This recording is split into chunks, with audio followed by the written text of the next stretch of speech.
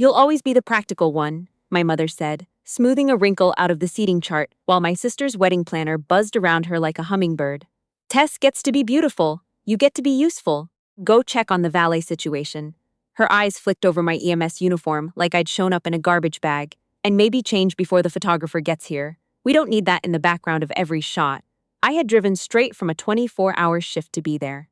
I still had the smell of an ambulance bay on my skin. I opened my mouth to say something and closed it again, because 19 years of practice had taught me exactly how much oxygen an argument with my mother was worth, and the answer was none.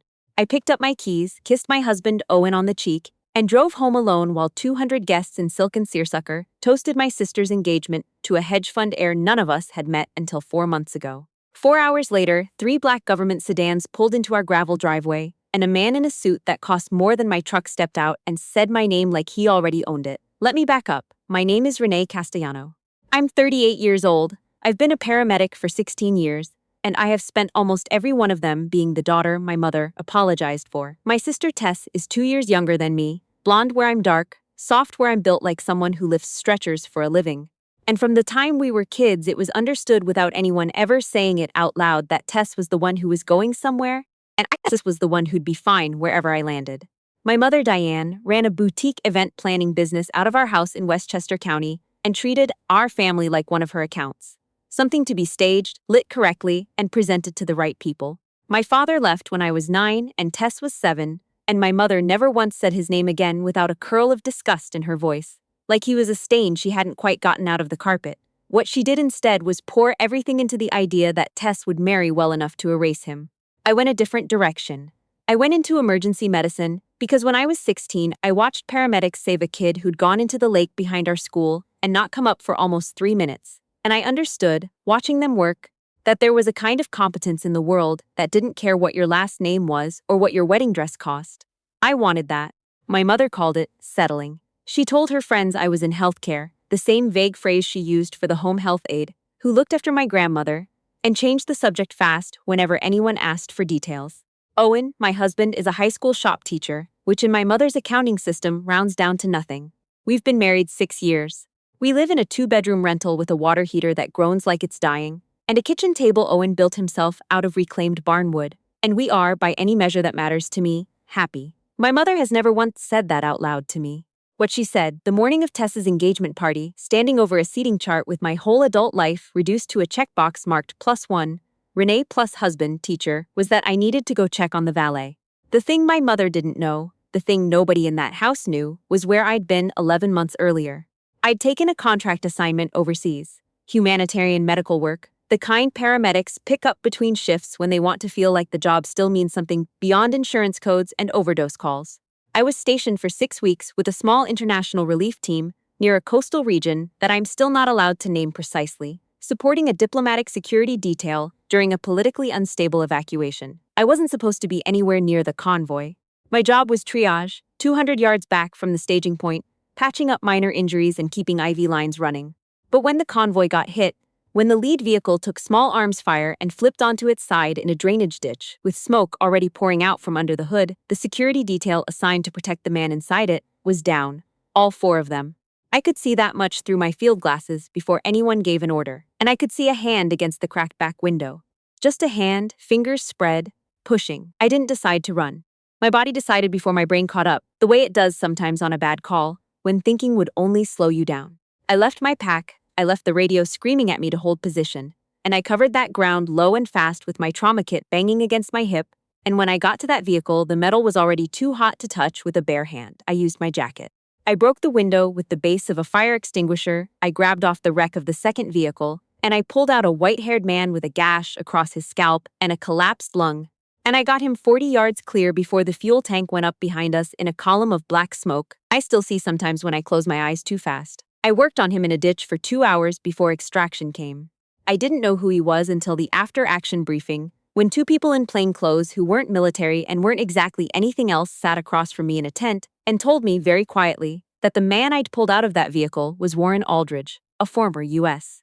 trade representative who now sat on the boards of half a dozen companies most Americans have heard of, and that what I'd just done was, in their words, a matter of significant national interest. They offered me a commendation. I asked them not to write it up publicly. I had my reasons. I didn't want to be the girl from the news segment. I didn't want my mother finding a reason to be proud of me for the wrong thing. I wanted to go home and work my regular shifts and let it stay mine. They agreed, on the condition that the file stayed sealed unless I chose otherwise.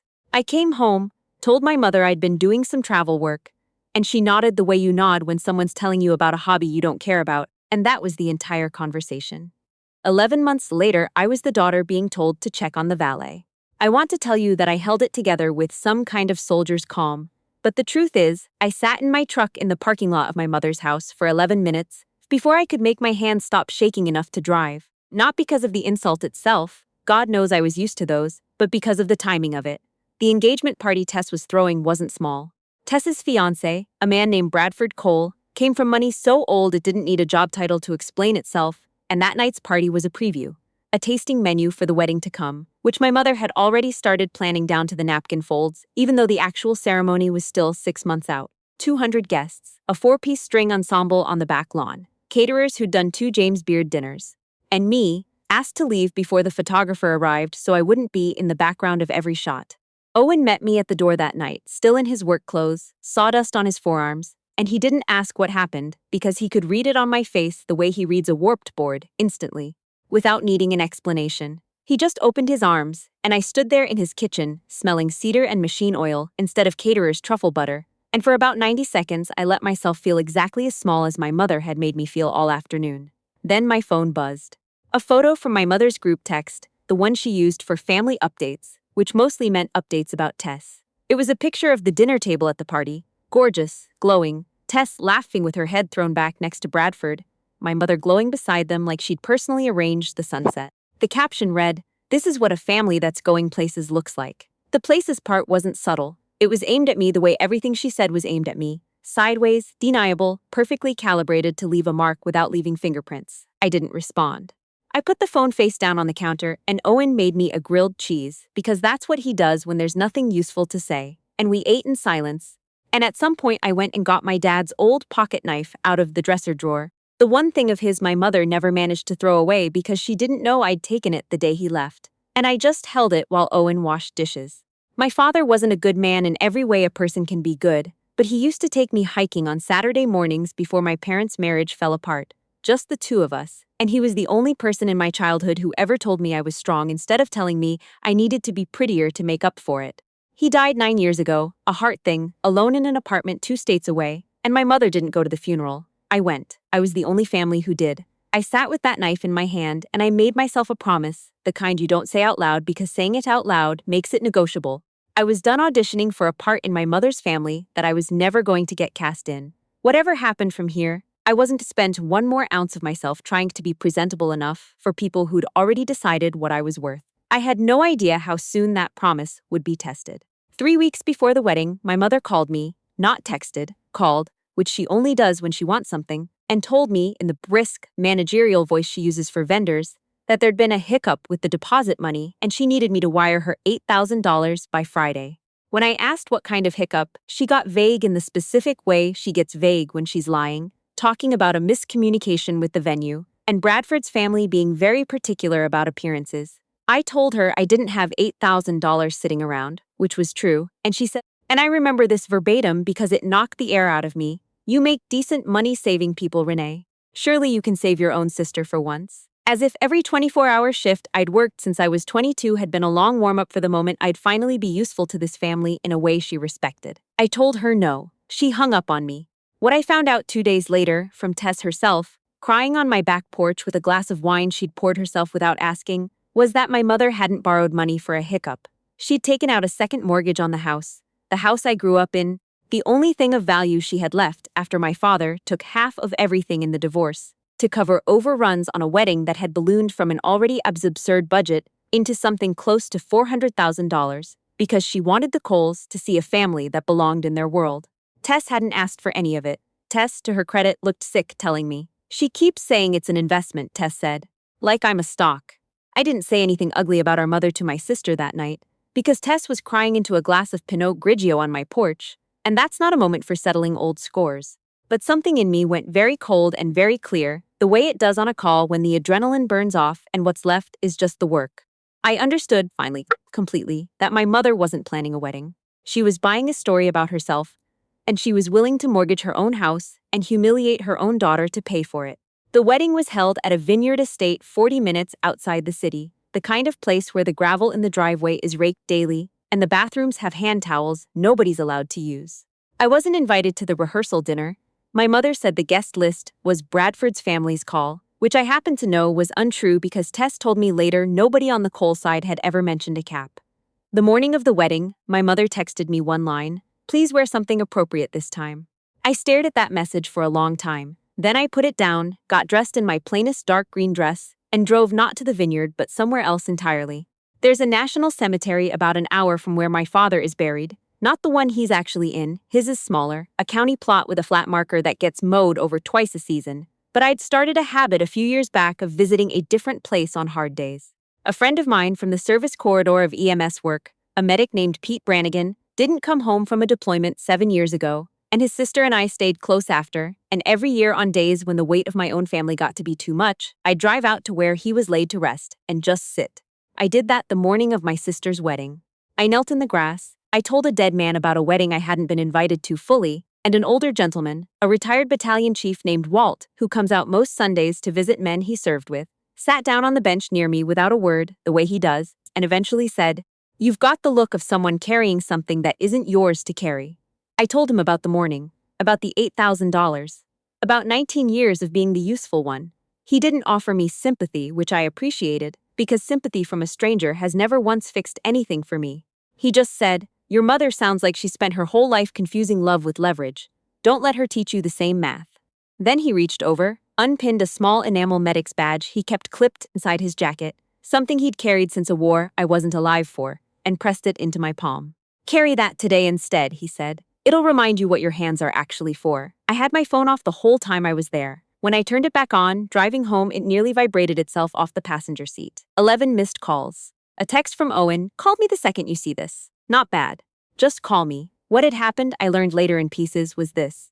Around 2 in the afternoon, while the ceremony was still going and the reception was setting up on the vineyard's back terrace, 3 black government sedans turned off the county road and came up that long driveway at a speed nobody uses for a wedding.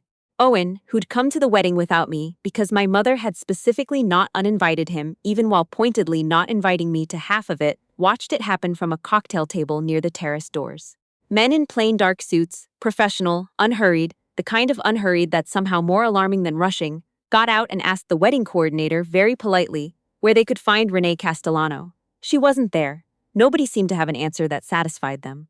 The lead agent, a woman named Director Patricia Solis, I'd learn later, with a government ID that made the coordinator's hands shake when she opened it, asked instead for whoever was hosting. My mother, in a dress that cost more than my truck's down payment, came forward with the bright, brittle smile she uses on vendors and difficult clients. Assuming this was some confusion she could charm her way through. It did not go that way.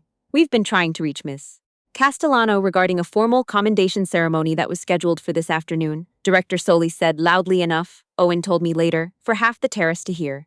"Mr. Aldridge specifically requested her presence today. We were told this was where she'd be." My mother, by every account I got afterward, looked like someone had pulled the floor out from under her one board at a time. "I'm sorry, Aldridge? Warren Aldridge?" she said. And Director Solis, who clearly had no patience left for guesswork, said, "Former Trade Representative Aldridge, yes. He's asked that we locate the woman who saved his life 11 months ago and personally see that she's brought to him today, given the significance of the date." It turned out, the anniversary almost to the hour of the ambush. Warren Aldridge had apparently spent 11 months trying, quietly and through every back channel to track down the paramedic who'd pulled him out of a burning vehicle and refused every reward for it, and he'd finally succeeded the week before, and then learned, through whatever research his people had done, that the date coincided with her sister's wedding, and decided, in the particular way powerful men decide things, that he wasn't going to let the coincidence pass quietly. By the time I got Owen's call and turned my truck around, I was already 40 minutes from the vineyard. He met me at the gate, jaw tight, and walked me through what I'd missed in clipped, careful sentences, the way he talks when he's trying not to let me see how rattled he is. By the time I got out of the truck, the entire reception had stopped. The band wasn't playing. 200 people were standing around a terrace in cocktail attire, holding drinks they'd forgotten to drink, and at the center of it, leaning slightly on a cane, he didn't seem to need so much as carry like a prop of authority, stood a white-haired man I recognized instantly, even though I'd only seen him clearly for a few seconds through smoke 11 months earlier. I didn't have my dress uniform. I don't wear one in my work. There's no parade ground version of being a paramedic. But I still had on the plain dark green dress from the cemetery, and the little enamel badge Walt had pressed into my hand that morning, pinned now to the strap of my bag without my even fully deciding to do it. I walked across that terrace in flat shoes with gravel dust still on the hem of my dress, past 200 people who had no idea who I was or why a sitting government convoy had rerouted itself to a vineyard, and Warren Aldridge looked at me, and something in his face just broke open, the way a person's face does when grief and gratitude hit at the same moment. "There she is," he said, loud enough to carry. He didn't shake my hand. He took both of mine in both of his and held on. 11 months, he said, and I finally get to say it where people can hear me. This is the woman who ran 200 yards through gunfire to pull me out of a vehicle that was about to become my coffin. She stayed in a ditch with me for 2 hours holding a chest seal in place with her own hand because the kit didn't have enough. She wouldn't take a commendation, wouldn't take a press mention, wouldn't take a dime. I had to threaten my entire security detail to even get her name out of the file. He turned, slowly, deliberately, toward my mother, who was standing 6 feet away holding a champagne flute like it had suddenly become very heavy. "And from what my people tell me," he said, "she very nearly missed her own family event today because nobody bothered to invite her properly. I find that remarkable, given what she's capable of. I wish I could tell you I felt triumphant in that moment. Mostly I felt exposed, the particular nakedness of having a part of your life you kept private dragged into a spotlight you didn't ask for. But I watched my mother's face do something I had genuinely never seen it do in 38 years. Go completely, helplessly still, every practiced smile and managed expression draining out of it at once, replaced by something closer to fear. Tess, in her wedding dress, had come up beside her, and I saw her hand find her mother's arm, not for comfort, but almost to steady herself. Aldridge wasn't finished. He'd clearly done his homework, and he wasn't a man who softened things for an audience. "I also understand," he said, his voice dropping but not so far that it stopped carrying, "that the deposit money my office heard about, the $8,000 you asked your daughter to wire 2 weeks ago, came after a second mortgage your family took out on a house that's apparently in some danger of foreclosure. That's not my business, normally. But it became my business when I learned the same daughter you were squeezing for cash is the reason I'm standing on this terrace instead of in the ground." He let that settle. Several people near the open bar had stopped pretending not to listen. "Mrs.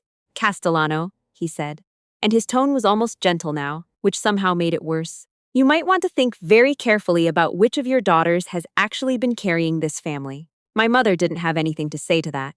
I have known my mother to talk her way out of caterers' mistakes, out of overdue invoices, out of an entire marriage worth of resentment dressed up as concern, and she stood on that terrace, in front of 200 guests and her new son-in-law's family, and said nothing at all. Because there was nothing left in her toolkit that worked on a man who didn't need anything from her. Bradford's father, a quiet, sharp-eyed man named Glenn Cole, who I'd later learn had made his fortune the boring, dependable way, manufacturing not appearances, walked over to me before the night was over and shook my hand with both of his. "I don't care what kind of car you drive or what your dress costs today," he said. "You're the kind of family I was hoping my son was marrying into." It was such a small thing to say, and it landed harder than anything Aldridge had said with a microphone-level voice, because it wasn't performance. It was just true. The wedding finished, eventually, in a strange, hushed version of itself, the band starting back up at half its earlier energy, my mother disappearing for almost 40 minutes before re-emerging with her makeup repaired and her composure rebuilt just enough to get through the toasts. Tess found me near the edge of the terrace afterward, still in her dress, and didn't say anything about Aldridge or the money or any of it. She just hugged me, hard the way she used to when we were kids, and she'd had a nightmare and crawled into my bed instead of going to our parents' room and said, "I didn't know about any of it. The 8,000, what you actually do, any of it." I told her I knew. I told her it wasn't her fault, which was true, even if it had taken me most of the day to fully believe it myself. My mother called me 4 days later. Not to apologize. My mother doesn't apologize. Not really, not in a way that holds up under any weight. But to ask if I could maybe say something to Mr. Aldridge's people about the foreclosure timeline, since apparently word had a way of reaching the right ears once you'd been seen standing next to a man like that. I sat with the phone against my ear for a long moment, looking at Owen across our kitchen table, that table he built with his own hands out of wood other people had thrown away, and I told my mother no. I told her I loved her, because some part of that's still true and probably always will be, but that I wasn't going to spend whatever currencies I'd apparently earned that day buying her out of a hole she dug herself standing on my back to do it. She didn't say anything for a few seconds. Then she said, in a voice smaller than I'd heard from her in years, I just wanted Tess to have what I never did. I told her Tess already had something she never gave herself a chance to have. A family that didn't need to be staged to be worth something, and I hung up before she could turn that into an argument, because some conversations only stay clean if you let them end. The house went up for short sale 2 months later. My mother moved into a condo Tess and Bradford quietly helped cover, which I understand and don't resent. That's between them. I wasn't asked to contribute, and I didn't offer. Some debts aren't mine to pay, just because I have hands strong enough to carry things. I went back to work that next week, 24-hour shifts, the smell of antiseptic and diesel and other people's worst days, and it felt like exactly what it always has, the realest thing in my life. Owen and I went out to the cemetery again that weekend, not for any anniversary, just because, and Walt was there again on his bench, and I told him how the day had gone. He listened the way he always does, without rushing me, and when I was done, he just nodded once and said, some people spend their whole lives trying to look wealthy. You spent yours actually being useful. Don't ever let anybody talk you out of which one of those is worth more. I still have that little enamel badge. It sits on the dash of my truck now, where I see it every single shift, and some mornings, pulling out of the driveway before the sun's even up, I think about a hand pressed against a cracked window 11 months and a lifetime ago, and I think about how the people who are actually worth something rarely need a seating chart to prove it.